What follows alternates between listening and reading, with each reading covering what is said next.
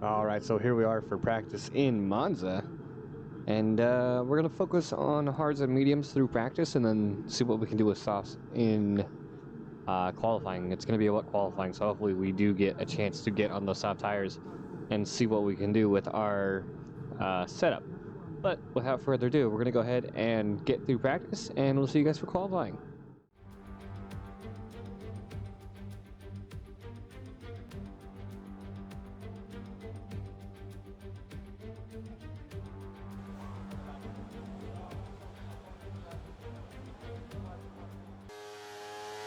Alright, so here we are in Monza on the softs in the rain. You can see only about a second apart between our softs and hards. No times for the mediums.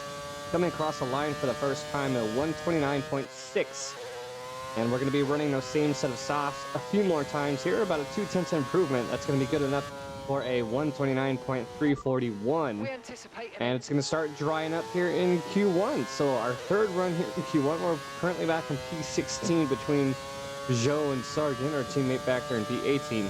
120.8 to improve in this drier weather is good enough for P1, and I didn't want to feel, I need a little bit more buffer personally, so about another 0.2 improvement there, good enough for us to get into Q2. Onto a new set of soft tires, currently sitting P15 because we haven't set a time yet here. About 7:45 to go. And we're going up to the line, setting a 120.099. That's going to be good for provisional P2, and that's good enough for Q3. And then our one and good run for Q3 on a new set of soft tires is a 122. Not as good as Q2, but still good enough for P10. With qualifying complete, let's review our top three today. Russell, Leclerc, and Lewis Hamilton. Well, that wraps up qualifying, but don't worry, we'll be back tomorrow as we head into the Grand Prix. Alright, so we did make it into Q3 after a pretty interesting Q1 there with the 4 runs. And we decided to only do the 1 run here in Q3 and save that set of tires for the main race if we do need it, if we do get a safety car. I do believe we had an engine failure last season, but I could be wrong. But we're going to be starting in P10, and that's before any penalties get to show up on the grid. So let's get right to the race.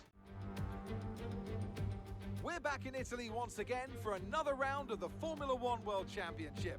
And what a great race is in store for us today, here at the oldest circuit on the calendar, which hosted its first race all the way back in 1922. We're 12 miles northeast of Milan for today's Grand Prix at a Monza circuit where we can expect top speeds of around 215 miles per hour. 11 corners on this 3.6 mile track, with 7 of those coming in the form of chicanes. And with a good slipstream and DRS open, there should be plenty of opportunity for some passing here today. It's time to take a look at our starting grid for today's race. George Russell will begin today's event in pole position, with Charles Leclerc alongside. Considering the rest of the grid, we have Hamilton, Oscar Piastri, Gasly, Bottas, Magnussen, Sainz, Johnson, Norris, Verstappen, Hulkenberg, Ocon, Mick Schumacher, Jackson, Mayer, Perez, Sargent, Joe, and Yuki Tsunoda. Which of these talented drivers will come out on top today? Joining me for the Grand Prix once again is none other than Anthony Davidson. Let's talk about Johnson. What do you make of their performance so far this season? Well, the atmosphere within that team seems very positive at the moment. Everyone seems like they're in great spirits and having a lot of fun doing what they do, and that's definitely contributed to the performances we've seen. Alright, so we're bumped up to P8, P9, I believe. But yeah, so grid change up a lot after Q1 in the rain. And Max Verstappen starting behind us there in P11. So hopefully Mercedes will be able to put much more effort into scoring some points and closing the gap there on Red Bull. As you guys remember, George Russell was the champion of Season 1. But without further ado, we're going to go ahead and go over our race strategy and set our fuel, and we'll see you guys for the formation lap. Here we go then, the formation lap gets underway and the excitement here is building as we near ever closer to the start of the race.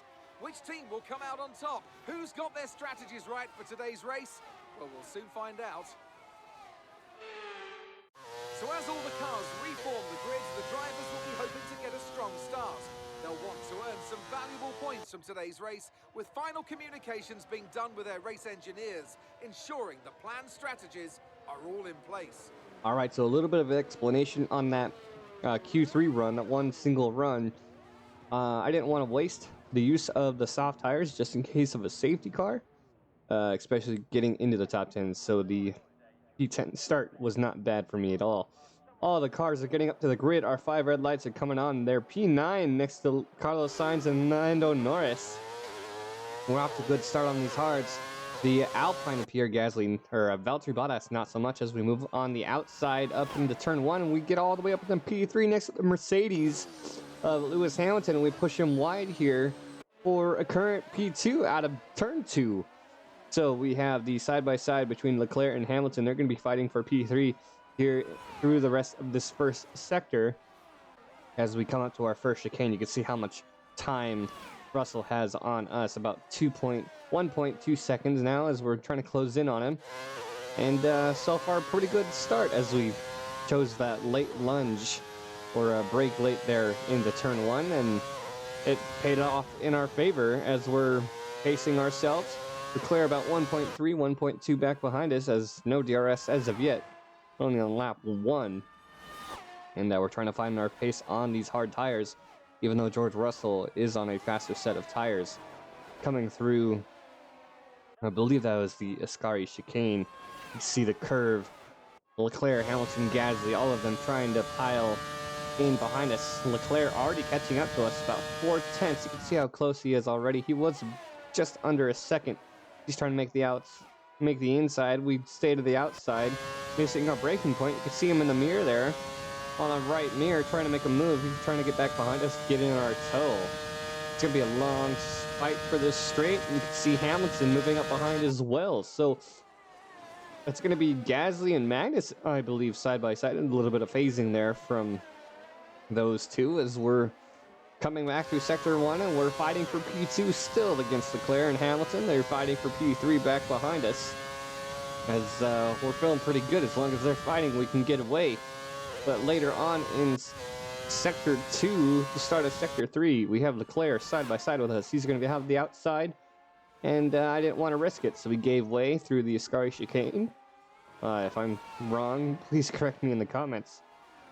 And we end up missing our vocal point there.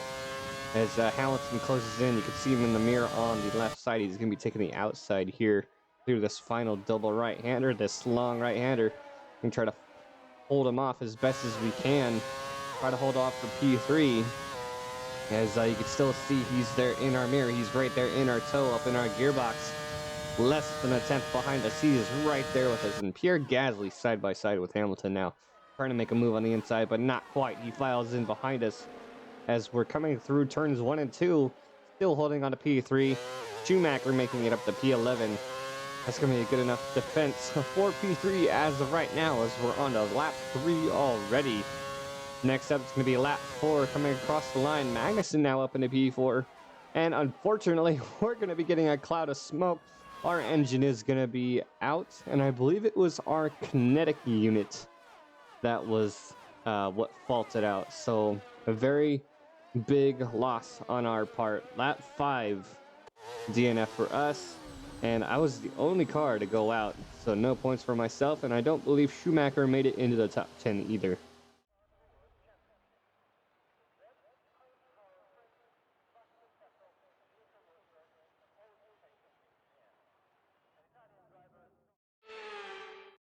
That's it for another Grand Prix and a fantastic win for Mercedes. And talk to me, what do you think it was that sealed the win for them? Well, they certainly stood out as a driver with tons of confidence on the track. I think their ability to keep their cool, even during some of the more hectic parts of the race, meant they were able to capitalise on the mistakes of other drivers, giving them the opportunity to make their way to the top spot with ease. And I can see the drivers starting to approach the podium for the victory celebrations. A real team victory today. Everybody played their part. Congratulations then to Mercedes, your race winners.